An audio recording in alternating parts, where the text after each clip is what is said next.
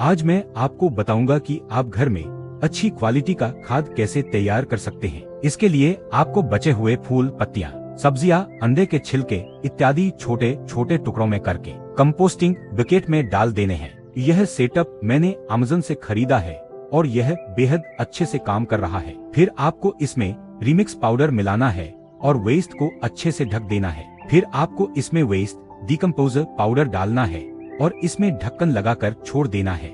आगे का जानने के लिए मिलते हैं अगले वीडियो में।